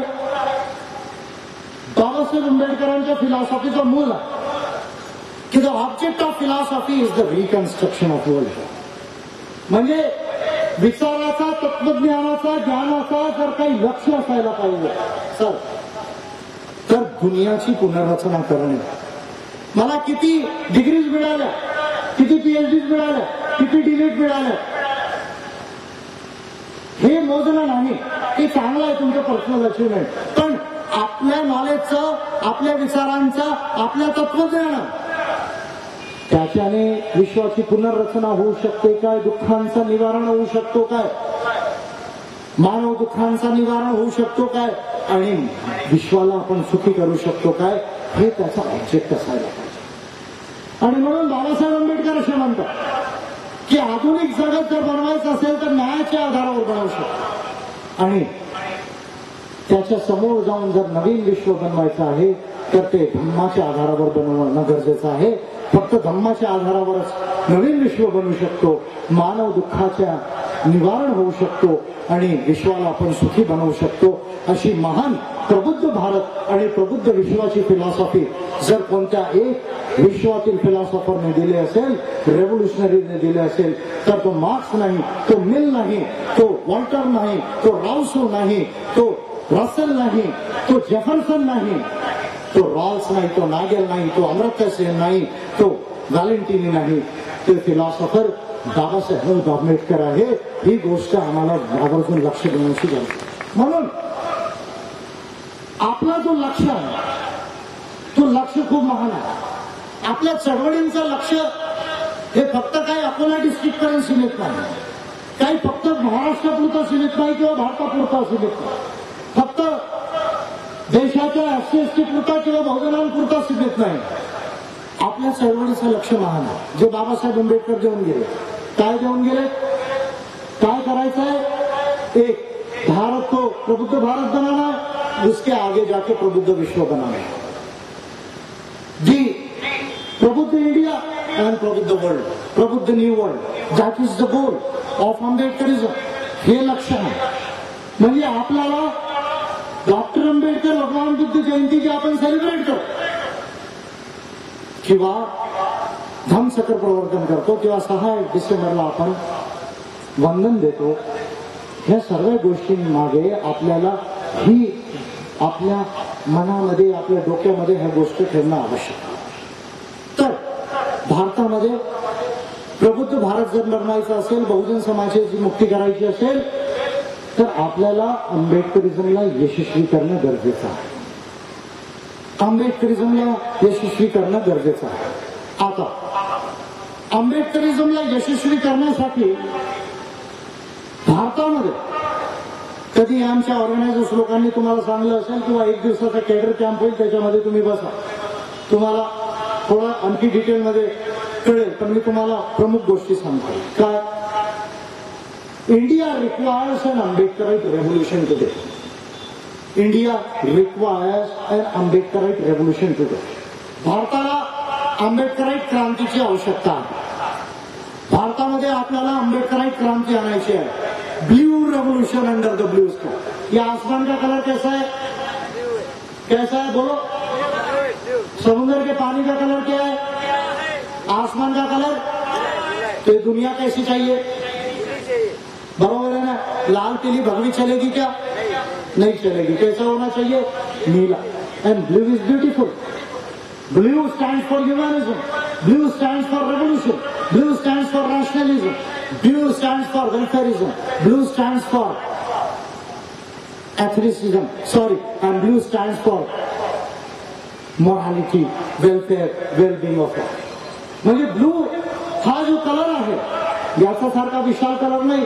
और इसलिए मैं सबको कहता हूं, भाई आपका लाल होगा अच्छी बात है, आपका पीला होगा अच्छी बात है, आपका भगवा होगा अच्छी बात है. मैं कुछ नहीं कहता हूं, आपको जितने कलर करना है रखो, लेकिन ये मत बोलो कि सब कलर के ऊपर एक ही कलर है और वो है ब्लू कलर. और अगर दुनिया में कुछ अच्छा होगा तो ये ब्लू कलर की वजह से होगा. क्यों? क्योंकि ब्लू में इंसान को महत्व है, ईश्वर आत्मा की बात नहीं. इंसान की मुक्ति महत्वपूर्ण है। दुनिया को सुखमय बनाना यह सिद्धांत अगर किसी ने दिया तो ब्लू ने दिया, भगवान बुद्ध बाबा साहब अम्बेडकर ने दिया। इसलिए दुनिया में बुद्ध और बाबा साहब से बड़े कोई जो है वो महामानव नहीं हुए, आज तक नहीं हुए। इसके आगे होकर होंगे तो वो हिस्ट्री का विषय महत्वपूर्ण बात। दोन गोष्टी कराव्या लागतील, कार्य करावे लागतील। बात करने से नहीं होगा। म्हणून मी म्हणालो कि मैं व्याख्यानमाला देने नहीं आया हूं, और मुझे पता चला व्याख्यानमाला देने के लिए भी 10-10 हजार रुपये लेते लोग। असं मी ऐकलेलं आहे। आता खरं काय खोटं काय मला नाही माहिती। अरे तुम्हाला कशाला पाहिजे बाबा, गाड़ी की टिकट लो, आने जाने का लो, आपको कार्यकर्ता लोग रुझाते उतना करो, अपना अच्छा ज्ञान बताओ, समाज को दिशा दो और घर को जाओ वापस। लेकिन भाषण देने से नहीं होगा। दो काम करना पड़ेगा। क्या काम करना पड़ेगा? एक, भारत को बौद्धमय बनाना पड़ेगा। भारत को बौद्धमय बनाना पड़ेगा। बाबा साहब अम्बेडकर का संकल्प कि जब तक भारत बुद्धिस्ट इंडिया नहीं होता तब तक भारत से कास्ट एलिमिनेट नहीं होती, भारत से अस्पृश्यता नहीं जाएगी, भारत से जो मुस्लिम्स के साथ, क्रिश्चियंस के साथ जो रोज तनाव संघर्ष हो रहा है देश में, वो नहीं जाए। तो भारत को बौद्धमय बनाना पड़ेगा। क्यों? Transformation of mind, notional change. Babasaheb Ambedkar म्हणाले की जोपर्यंत मनाचं परिवर्तन होत नाही, माइंडचं परिवर्तन होत नाही, तोपर्यंत विश्वामध्ये कोणतंच परिवर्तन येत नाही। आणि म्हणून भारतामध्ये जर माणुसकीचं, समतेचं, करुणेचं आणि मैत्रीचं माणस जर बनवायचं असेल, माइंड ऑफ इंडिया, जर भारताचा माइंड कसं बनवायचं असेल, जो आज माइंड है मार दिया, अभी नागौर में मारा, 4 लोग मर गए, राजस्थान में अभी मारा, अहमदनगर में मार दिया। क्या मारा, क्यों मारा? उसकी रिंगटोन बजी सिर्फ, तो उसको अहमदनगर में मार दिया। अरे नपुंसक लोगों, 4-4, 100-100 लोग मिलकर मारते और बाद में बोलते हमारे में ताकत है। अरे माँ का दूध पिया होगा तो 1 बाय 1 लड़ो, फिर देखो देश के अंदर में किसमें ताकत है। नपुंसक लोगों जिन्होंने भी मारा है नागौर में और अहमदनगर के अंदर में, तुमको अधिकार नहीं है। मैं जातियों का नाम नहीं लूंगा और उनके संगठनों का भी नाम नहीं लूंगा, लेकिन तुम्हारी माँ ने तुमको दूध नहीं पिलाया, इसलिए तुम लोग 10 लोग 100 लोग मिलकर जो है 5 लोगों को और 10 लोगों को मारते हो। अगर सही में ताकत है तो 1 बाय 1 लड़ो, तुमको पता चल जाएगा कि तुम्हारे माँ ने कितना दूध पिलाया और देश के दलितों के माँ ने कितना दूध पिलाया है। नाम नहीं लूंगा, जिनका भी नाम है वो लोग समझ जाओ अच्छे से। विजय मानकर बोल रहा है और मैं जब बोल रहा हूं तो कुछ कर रहा हूं, पीछे लग गया हूं तुम्हारे, अहमदनगर जिले के पीछे भी लग गया हूं और एट्रोसिटी मैं खत्म करूंगा अहमदनगर जिले की, कांग्रेस खत्म करेगा, उसका मैं रास्ता बना लिया, अभी कर लूंगा। मैं देखता हूं इसके बाद 1-2 साल के बाद कैसी एट्रोसिटी होती है, और नहीं खत्म हुई तो तुम्हारी लाइफ बर्बाद करूंगा मैं। सुधर जाओ अभी भी तुम लोग। तो ये बात जो है अच्छे से तुमको वार्निंग दे रहा हूं। बाद में बोलना नहीं कि विजय मानकर ने तुमको कहां ले जाके खड़ा किया। ओडिशा की एट्रोसिटीज को मैंने कम करवाया नागपुर में बैठे बैठे, क्योंकि मैं जानता हूं कि देश कैसा चलता है, दुनिया कैसी चलती है। तो इसलिए ये फालतू की मर्दानगी मत दिखाओ। अरे अगर मर्दानगी दिखाना है तो ओलंपिक में जाके दिखाओ, 2-4 गोल्ड मेडल जीत के लाओ। वहां तो बेशर्मो हारते हो, 1 मेडल नहीं जीत कर ला सकते, और यहाँ पर जो है मारते और बोलते हो हमने बहुत बड़ा काम किया। अभी भी बोल रहा हूं मैं तुमको, तुम्हारे माँ ने दूध पिलाया होगा तो 1 बाय 1 लड़ना, फिर पता चल जाएगा कि किसकी फिलॉसफी और आइडियोलॉजी में ताकत है। लेकिन हम करुणा और मैत्री से जीने वाले लोग हैं। लेकिन आप एक बात ध्यान में रखो, कि हमने देश में 10,000 साल यह हमारी सभ्यता रही है, और 3,500 साल हमने वैदिक कल्चर के साथ संघर्ष किया। और ये मत भूलो कि अगर 3 लाख साल भी संघर्ष करना पड़ा तो इस देश के नागवंशी और बुद्धिस्ट लोग वो संघर्ष करने के लिए तैयार है, इतना हमारे अंदर में दम है। तो भारत को बौद्धमय बनाना पड़ेगा, भारत को बौद्धमय बनाना पड़ेगा, भारत को बौद्धमय बनाना पड़ेगा। बाबा साहब अम्बेडकर जाने के बाद ये काम बहुत बड़े पैमाने पर करना चाहिए था। बाबा साहब अम्बेडकर जाने के बाद ये काम बहुत बड़े पैमाने पर करना चाहिए था, लेकिन मुझे नहीं मालूम कि रिपब्लिकन मूवमेंट ने या जो बुद्धिस्ट सोसाइटी ऑफ इंडिया की मूवमेंट चली, या और भी जो नामों से बहुजन मूवमेंट से भी उन्होंने ये काम क्यों नहीं किया। और इसलिए जब तक बाबा साहब अम्बेडकर का सोल्यूशन कि भारत को जब तक हम बुद्धिस्ट नहीं बनाते तब तक भारत से ये जो ब्राह्मणिज्म की प्रॉब्लम है, जाति की प्रॉब्लम है, ये समाप्त नहीं हो सकती। तो ये एक बात जो है वो समाप्त नहीं होगी। तो पहला काम करना पड़ेगा, भारत को बुद्धिस्ट इंडिया बनाना पड़ेगा। और भगवान बुद्ध के धर्म से बड़ा धर्म कहां है दुनिया में? आप देखो, लोग कहते अभी ये नेपाल के अंदर भूकंप आया, हमारी करुणा है, जो लोग मर गए, जो परिवार लोग मरे, हमारी मंगल कामना है, हम लोगों ने भी उनको होमेज दिया भोपाल में खड़े होकर 2 मिनट के लिए। लेकिन समझो नेचर क्या कह रहा है? नेचर कह रहा है, बार बार कह रहा है, मंदिर टूट गए, मूर्तियां टूट गई, पुरोहित पुजारी मर गए।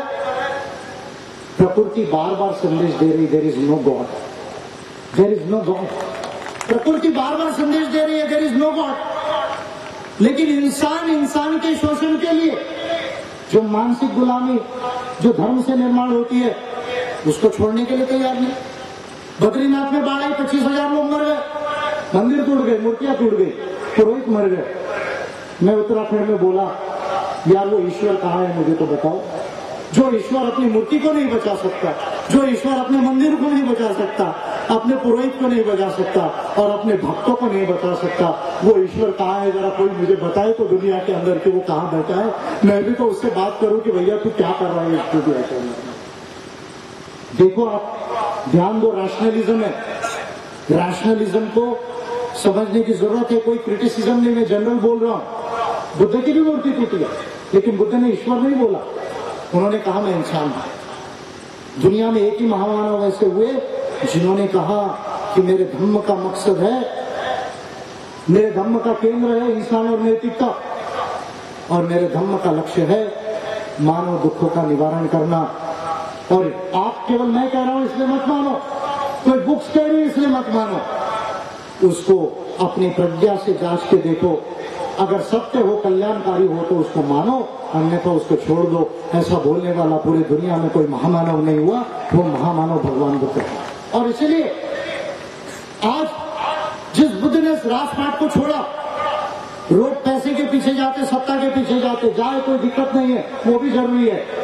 लेकिन याद रखो, जिस सिद्धार्थ गौतम ने राजपाट छोड़ा और सत्य और कल्याण और मानव दुखों को दूर करने के लिए परिगमन किया, वो बुद्ध का धर्म 100 के ऊपर देशों में आज भी राज कर रहा है। ये बुद्ध के धर्म की महानता है। तो इसलिए भारत को बौद्धमय करना पड़ेगा, पहला काम। दूसरा काम, देश में अम्बेडकराइट गवर्नमेंट बनाना पड़ेगा और अम्बेडकराइट गवर्नमेंट बनाकर पॉलिसी को लागू करना पड़ेगा, पॉलिसी ऑफ अम्बेडकरिज्म। अम्बेडकरिज्म फक्त विचारधारा नाही, ही एक पॉलिसी पण आहे। काय पॉलिसी आहे? शिक्षणाची नीती कशी पाहिजे, कृषीची नीती कशी पाहिजे, उद्योगची नीती कशी पाहिजे, श्रमिक नीती कशी पाहिजे, महिलांची नीती कशी पाहिजे, युवकांसाठी नीती कशी पाहिजे, आर्थिक नीती कशी पाहिजे, आपली रक्षा नीती कशी पाहिजे, विदेश नीती कशी पाहिजे, इथपर्यंत बाबासाहेब आंबेडकरांनी एक्सप्लेनेशन केले। काय पॉलिसी ऑफ आंबेडकरिझम आहे? वेळ नाही म्हणून मी तुम्हाला एक फॉर्म्युला सांगतो, कारण तुम्ही मला बोलायला बोलणार, पर मैं संविधान को मानने वाला व्यक्ति हूं। सुप्रीम कोर्ट ऑफ इंडिया ने बोला है कि भाई आपको बोलना नहीं ज्यादा, 10 बजे के बाद, तो मैं अपनी बात समाप्त करने की तरफ आ रहा हूं। मैं संविधान और लॉ को मानने वाला व्यक्ति हूं, 5 मिनट के अंदर अपनी बात को समाप्ति की तरफ लेकर जाऊंगा। किसी दिन अगर आप अकोट में इस मूवमेंट को अकोला जिले में और ऊपर लाएंगे, ये अकोला जिले को मैंने आम्बेडकराइट बेल्ट घोषित किया है। अकोला, बुल्ढाना, अमरावती एंड वाशिम, ये 4 जिलों को हमको महाराष्ट्र का अम्बेडकराइट बेल्ट बनाना है इसको। तो इसलिए ये एक दिन का काम नहीं, बहुत बड़ा काम है। मैं आऊंगा, फिर कभी राकोट में आऊंगा और अकोला जिले में आते रहूंगा, देश भर में घूमता हूं। एक ही व्यक्ति है देश का आज, जो केरला भी जाता है, तमिलनाडु भी जाता है, यूपी भी जाता है, राजस्थान भी जाता है, उत्तराखंड भी जाता है और छत्तीसगढ़ के दंतेवाड़ा, बस्तर के आदिवासियों के नक्सलाइट बेल्ट में भी जाता है और सबको अम्बेडकरिज्म पढ़ाता है। विजय मानकर का काम ही हुआ है, इसलिए हम बस देश का सबसे बड़ा ऑर्गेनाइजेशन बन रहा है आज जो है वो अम्बेडकरिज्म को पूरे देश में लेकर गया। इसलिए मी परत येणार, हे काही एक दिवसाचा इश्यू नहीं।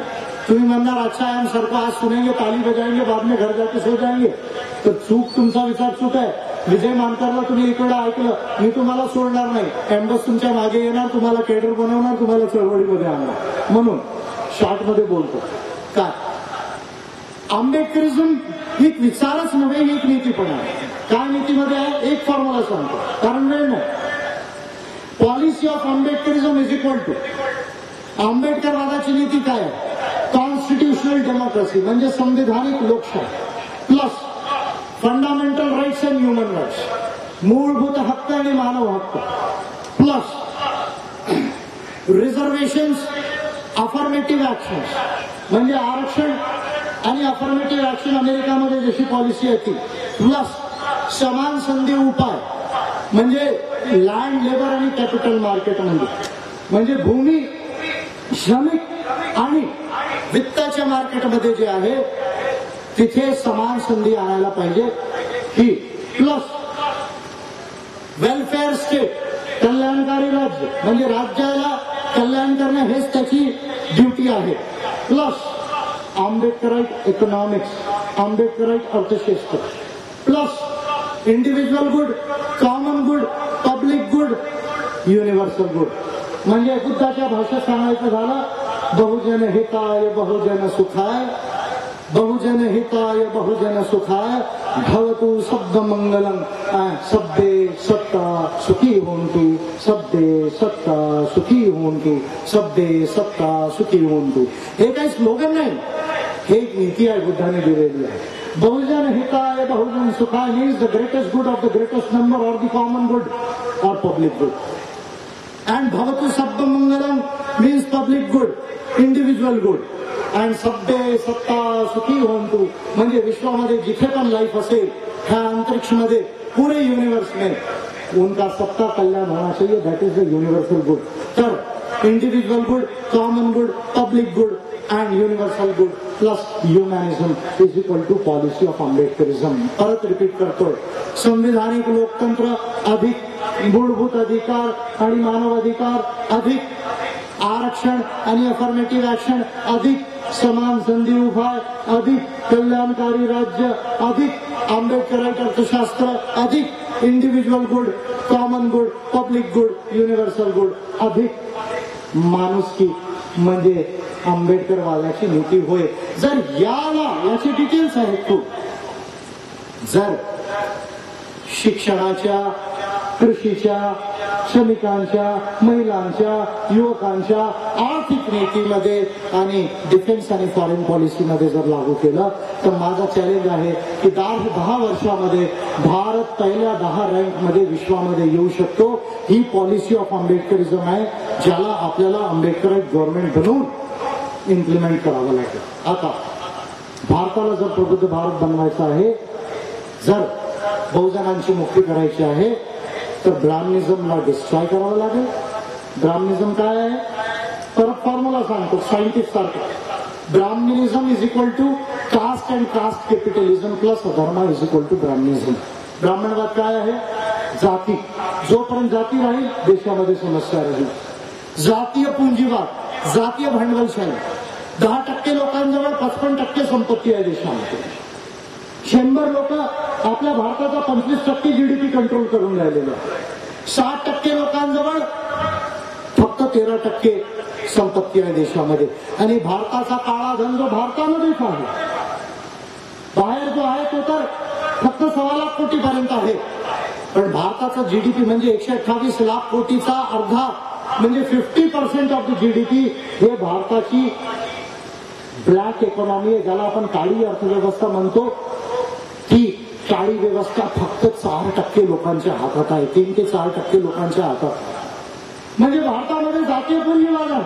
ह्या भारतामध्ये गरिबी हे मागासलेलेपणा हे काही राहू शकत नाही. मी चैलेंज करता हूं मोदींना, अरे आप क्या गवर्नमेंट चलाओगे? 1 साल हुआ है मैं आपको बोल रहा हूं. आप कहते कि देश के पास पैसा नहीं, मैं कह रहा हूं देश के पास बहुत पैसा है. 4 चीजें करो. क्या करो?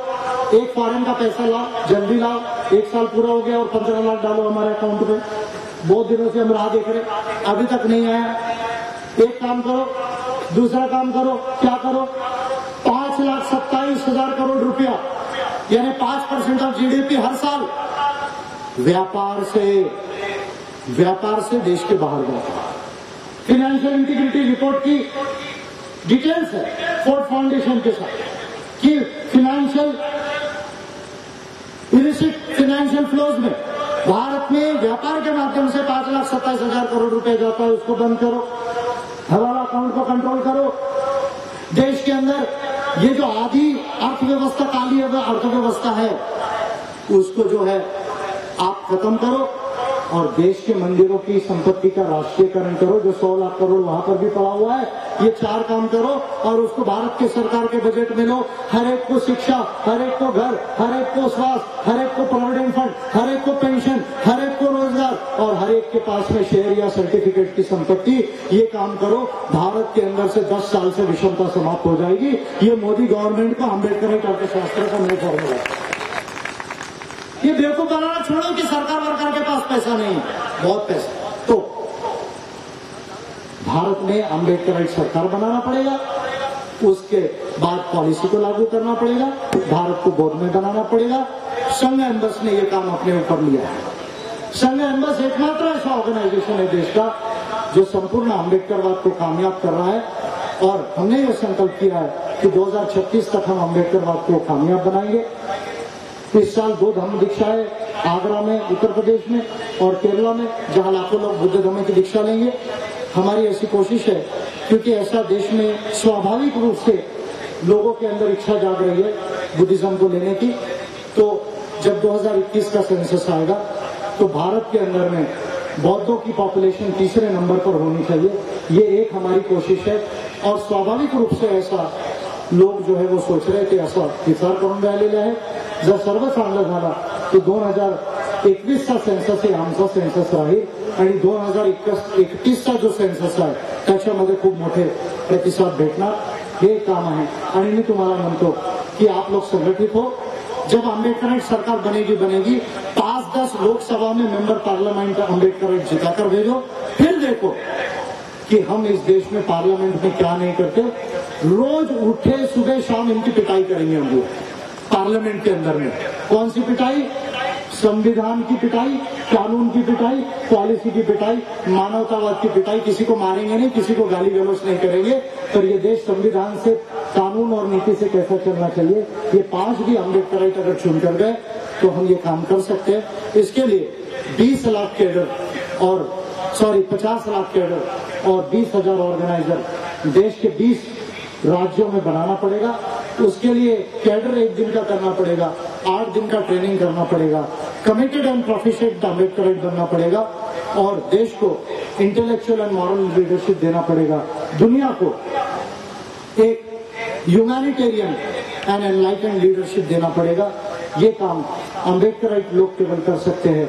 इसलिए जाते जाते इतना कहूंगा कि जब दुनिया का इतिहास लिखा जाएगा, जब दुनिया का इतिहास लिखा जाएगा तो उसमें अम्बेडकराइट लोगों का नाम स्वर्ण अक्षरों से लिखा जाएगा, क्योंकि यही वो लोग थे जिन्होंने अपनी मुक्ति नहीं की, भारत को ही नई दिशा नहीं दिखाई, पूरे दुनिया की मुक्ति को भी दिशा दिखाया। ऐसा स्वर्ण अक्षरों में अम्बेडकराइट लोगों का नाम लिखा जाएगा। इसलिए ये 20 साल इंडिया के लिए बहुत इंपॉर्टेंट है। भारत चेंज हो रहा है, 3 फोर्सेस की वजह से चेंज हो रहा है। संविधान, मानव अधिकार और ग्लोबलाइजेशन, जागतिकरण। 3 फोर्सेस से दुनिया और भारत चेंज हो रही है। अगर ये 3 फोर्सेस में हम अम्बेडकरवाद का सुपर फोर्स लगाए तो 20 साल के अंदर इंडिया हम बाबा साहब के विचारों से चेंज कर सकते हैं, प्रबुद्ध भारत और प्रबुद्ध राष्ट्र निर्माण कर सकते हैं। ये काम संघ एम्बस करेगा, इसकी पूरी जवाबदारी हमने अपने ऊपर ली है और ये अब देश का सबसे बड़ा मूवमेंट बन रहा है। और 21वीं सदी अम्बेडकरिज्म की होगी, 21वीं सदी अम्बेडकरिज्म की होगी।